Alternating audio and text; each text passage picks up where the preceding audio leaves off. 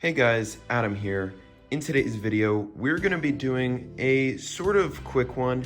This is going to be the OnePlus 7T, my thoughts after about 48 hours. I actually have a lot of thoughts about this phone and I want to tell you about them. I was originally just going to do a review and maybe a camera test, and that's basically it. But in today's video, I really want to do a 48-hour video, like after 48 hours, and then also a full review. So yeah, this is just gonna be almost not an impressions video, but also not a review. So kind of in between that. But either way, let's get started with this video. Starting off, oh man, look at this design. I have loved this for the past 48 hours. It is truly amazing how beautiful OnePlus phones can be. And sure, I already know what you're gonna say. Oh, this camera bump, it's ugly, whatever. I actually don't think so. I think it looks pretty good, and I think it goes really well with this phone. Either way, the good thing about this is that it doesn't attract too many fingerprints. I mean, you can see a bit of them, but let's be honest, it's really not that noticeable.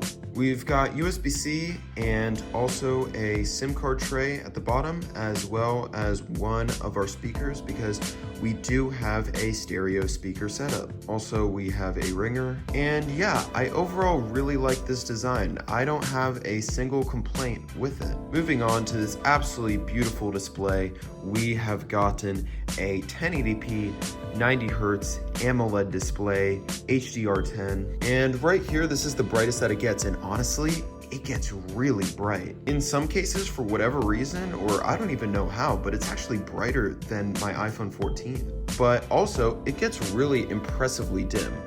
As you can see right here, you can barely even see the screen. I also like the fact that there's really only this tiny bezel, honestly, all around the phone.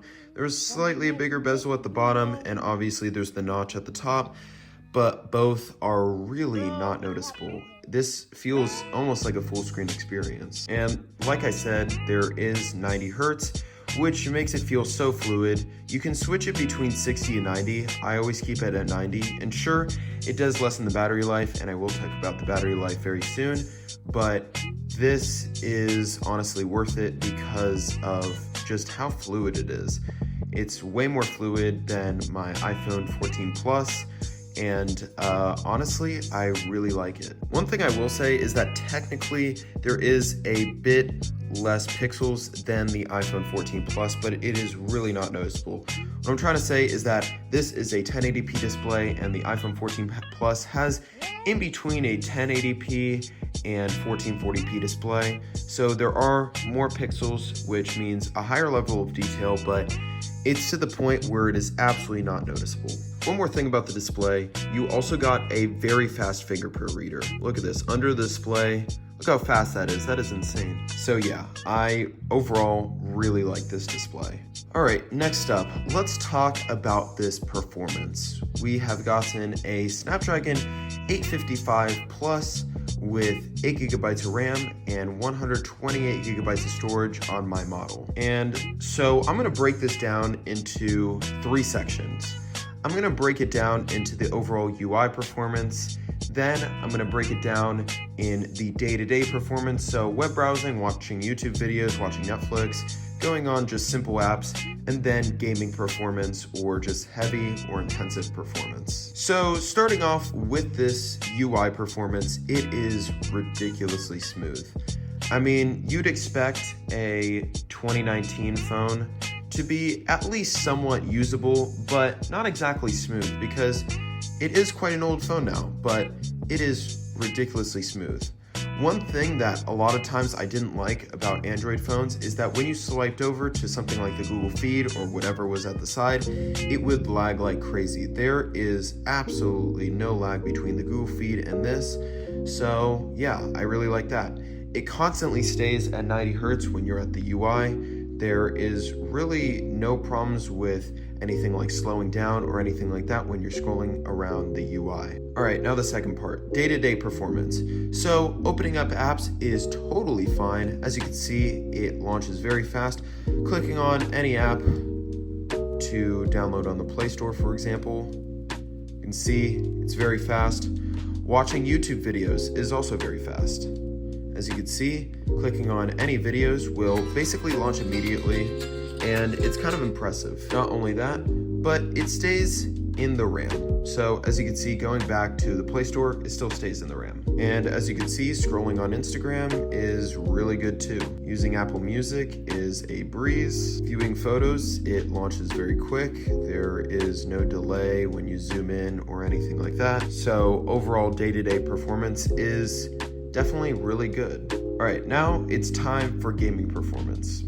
So when I first got the OnePlus 7T, I decided to install Call of Duty and also Call of Duty Warzone, along with a few other games. At first, with Call of Duty Warzone, when I loaded it up, it was really slow, and I was like, what is happening? Like, it was running at basically 30 FPS, none of the graphics looked particularly good, and I was sort of disappointed because I was like, well, is the Snapdragon 855 Plus really handled, can it handle something like COD Warzone? Until I realized by default, for whatever reason, everything was set to low, and so I turned everything up to high, and it basically runs at 60 FPS. Now, I said basically runs at 60 FPS because there are definitely times when you're first launching the game, or when you're launching into a match, like Battle Royale, or just a mosh pit, where there will definitely be a couple of frame drops down to maybe 20 or 30 FPS. But I'll be honest, I am really surprised by how good the performance is on this old of a phone. Basically any game that you run, including COD Warzone, which I believe is basically the hardest game to run, and even that runs really smooth. Not only that, you can put it on a high performance mode, so you won't have really any of those frame drops that I was mentioning. However, that does lead to some battery issues that I am going to talk about very soon. Overall, I do really like the performance. Sure, there were a few issues in the beginning, and yes, there are a couple of frame drops here and there with some very high intensive games, and obviously, yeah, you're not going to be running as well as something like the newest iPhone or the newest Samsung phone or the newest OnePlus phone, but this is basically right up there. I mean, you really can't notice the difference between this and one of those pretty high Android phones. I'm not saying there's not a difference, because there definitely is, but to a typical user, there really won't be. Moving on to cameras,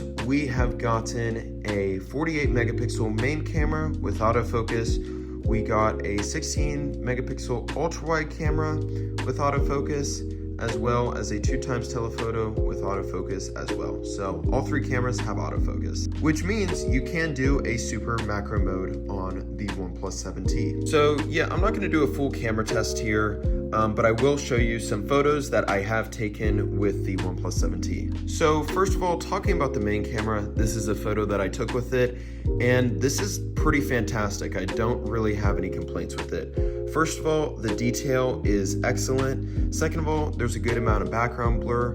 And third of all, the overall image is very pleasing. The colors are really saturated, which might not be everyone's taste, but I personally really like it. Here's another photo. This is of a landscape of the main camera, and as you can see, it looks again really good. However, I do have one complaint with this, and that it does have a bit too much contrast, and it does darken the shadows a little bit too much. Obviously, I should have mentioned this in the beginning, but this is not going to beat any top tier Android phone or iPhone, obviously. I mean, this is a phone, first of all, from a few years ago, and yeah, it's not going to be the most amazing thing in the world, but the detail is really high. And here's one thing I will say. Even if the image sometimes isn't as good as the 14 Plus, the detail sometimes, actually a lot of the time, is higher. So yeah, the colors are really good. I like basically everything about this image, and I'm going to show you one more image from the main camera. This is also from the main camera right here, and as you can see, this is of some flowers and some leaves, and as you can see, there is a really great amount of detail. I like the way how colorful the leaves are, as well as the contrast between the leaves and the flowers. I mean, I just overall really like this image. There's a good amount of background separation, and it makes it look like a very pleasing image. All right, now it's time to talk about the 16 megapixel ultra wide. This is basically the exact same sensor as what was found on the OnePlus 7 Pro. So I have talked about this a few years ago. If you want to check that out, then, go on my channel and just search up OnePlus 7 Pro and it will be there. So these are my thoughts on the OnePlus 7T's ultra-wide camera. First of all, I actually do like a lot of things about it.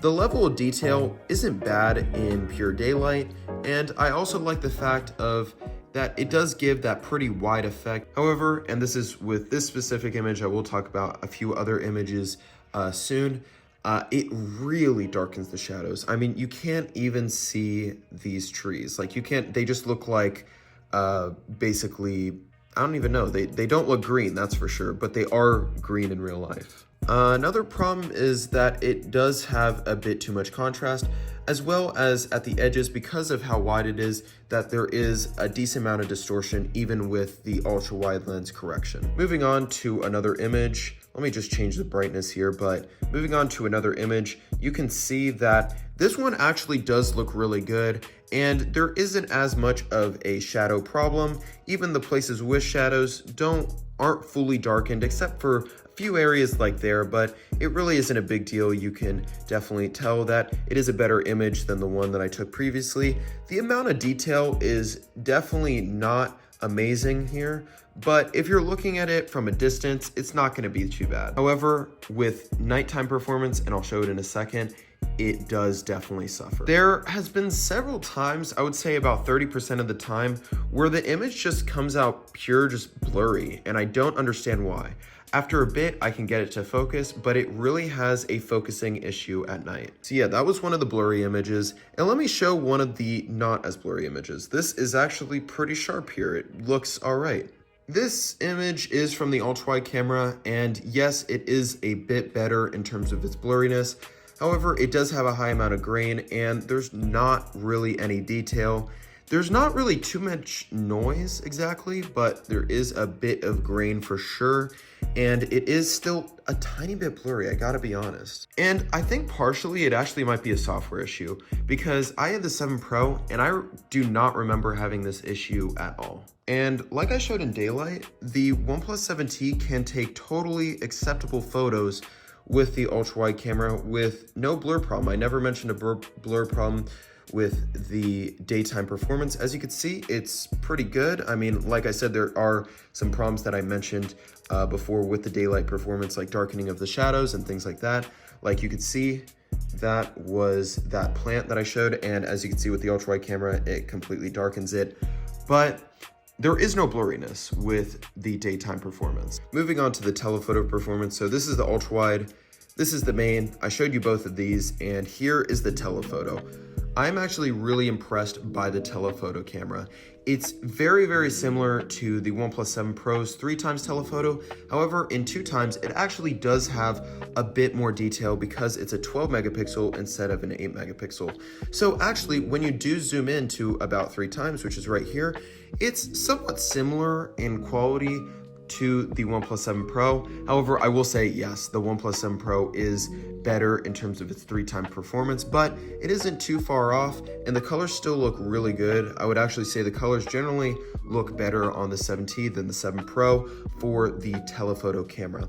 So then going into about, this is I believe 5x, this actually doesn't look too bad either. The amount of detail definitely isn't what it was like at 2x, but it is still pretty detailed. You can see some things that your eye couldn't, and then going on to 10x, obviously you're not going to be getting the best detail, but you can see things from pretty far away. I mean, you could see literally houses, you could see their backyards. It's kind of creepy, but either way, Yeah, it's really pretty good camera performance for the telephoto camera. We have one more camera that we haven't talked about, and that is the selfie camera.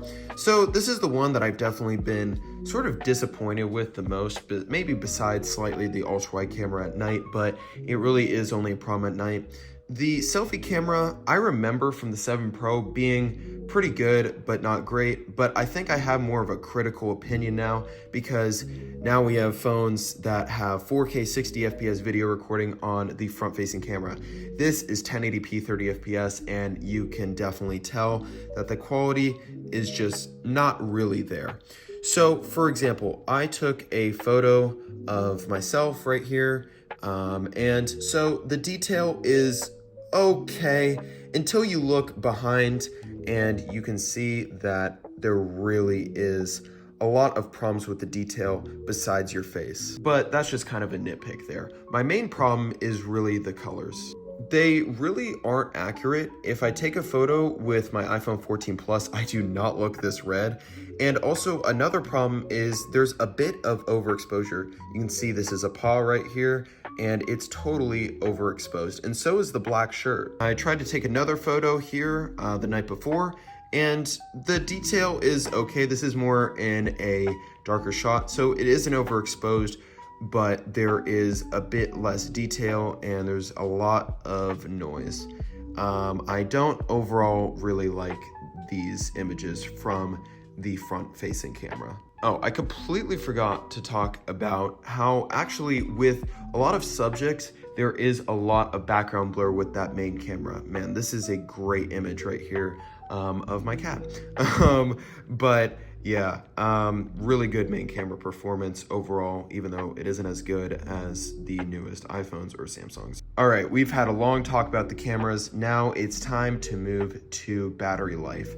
This has a 3800 milliamp hour battery, which at first glance might seem pretty bad. I mean, we now have phones with 5,000, 6,000, 7,000 milliamp hour batteries. I'm not even kidding.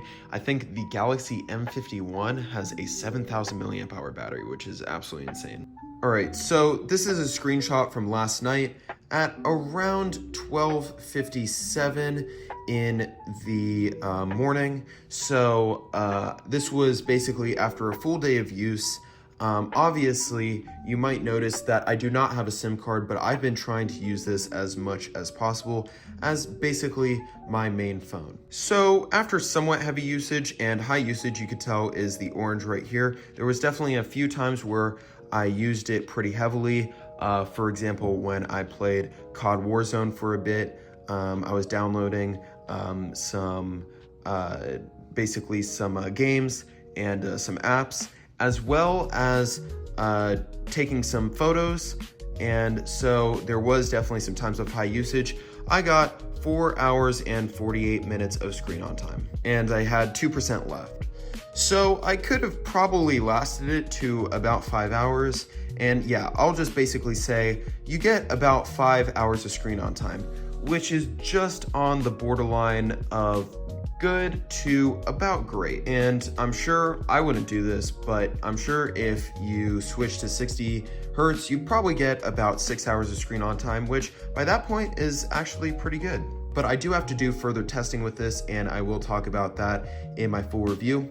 Another thing to talk about the battery is the charging, and so this is something that kind of makes up for its somewhat small battery. Man, Warp Charge 30T is fast. I mean, yesterday I decided to plug in my phone because I was at that 2% battery, and I charged it basically all the way up to 60% after taking a shower, which was about 15-20 minutes, and that's pretty great. I mean, almost 0 to about 60% in about 20 minutes. Maybe it was a bit longer because getting ready and everything like that, but 20 to 30 minutes, let's just say 60%, that is pretty amazing. And what I'll say is a full charge takes about 45 to 55 minutes, which is ridiculously fast for this kind of phone. And it's significantly better than my 14 Plus. So yeah, overall for the battery life, it's okay, but What really makes it up is definitely that Warp Charge 30T. So what is my verdict on this? I don't really have a verdict yet, but here's some of my initial thoughts of this phone. I really like this phone. There is a couple of issues that are a bit concerning, and I'm not sure if I'm going to switch this to my main phone yet, but I do really like this phone. Like I said, some of the issues is the blurry ultra-wide night performance. The front-facing camera isn't amazing. Occasionally, there are some frame drops here and there, but it isn't a huge issue. The battery life is meh or okay or good. And sometimes it can, I didn't really mention this, but it can get a bit hot when playing some games. However, as of right now, the pros definitely outweigh the cons here, and overall I do really like this phone. I can't really say too much about it because I kind of want to save that for the full review, and also I don't really have my final thoughts yet, and I also don't know whether I'm gonna keep it or not, if I'm gonna keep it or if I'm gonna sell it, or if I'm gonna switch to it as my main phone. There's definitely a possibility of that, but I'll let you guys know probably in the full review, which will be coming somewhat soon. Now, I am doing scheduled videos, so I'm not sure exactly when it will be right now because I haven't scheduled it yet. But as of right now, today is September 11th. Right now, you guys don't even know technically as of September 11th that I even bought a OnePlus 7 Pro because that video is coming up on the 15th. But either way, that is my thoughts on the OnePlus 7T. Thank you guys so much for watching. Hopefully you enjoyed this video. If you did, make sure to smash that like button, and I'll see you in the next one.